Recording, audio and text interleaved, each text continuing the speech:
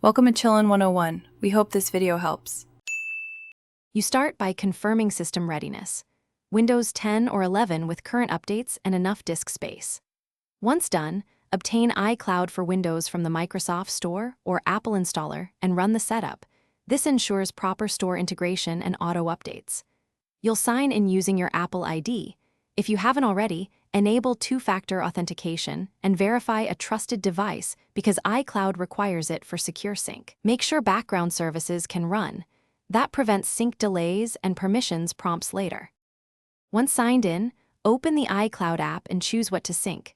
Photos, iCloud Drive, Mail, Contacts, Calendars, and Bookmarks.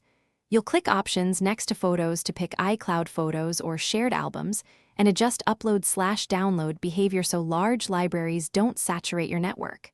For iCloud Drive, enable File Explorer integration and select specific folders to reduce clutter. Also, make sure Optimize Storage is set if you're low on disk space. That offloads originals to iCloud. You finish by verifying everything. Open File Explorer to confirm iCloud Drive folders and launch the Photos app to see uploaded images. Make sure the iCloud icon in the system tray shows a completed sync. It tells you it's still processing.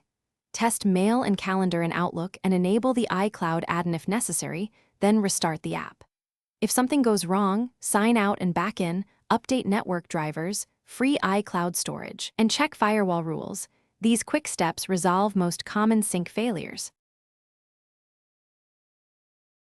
Thanks for watching. Consider subscribing if we helped you.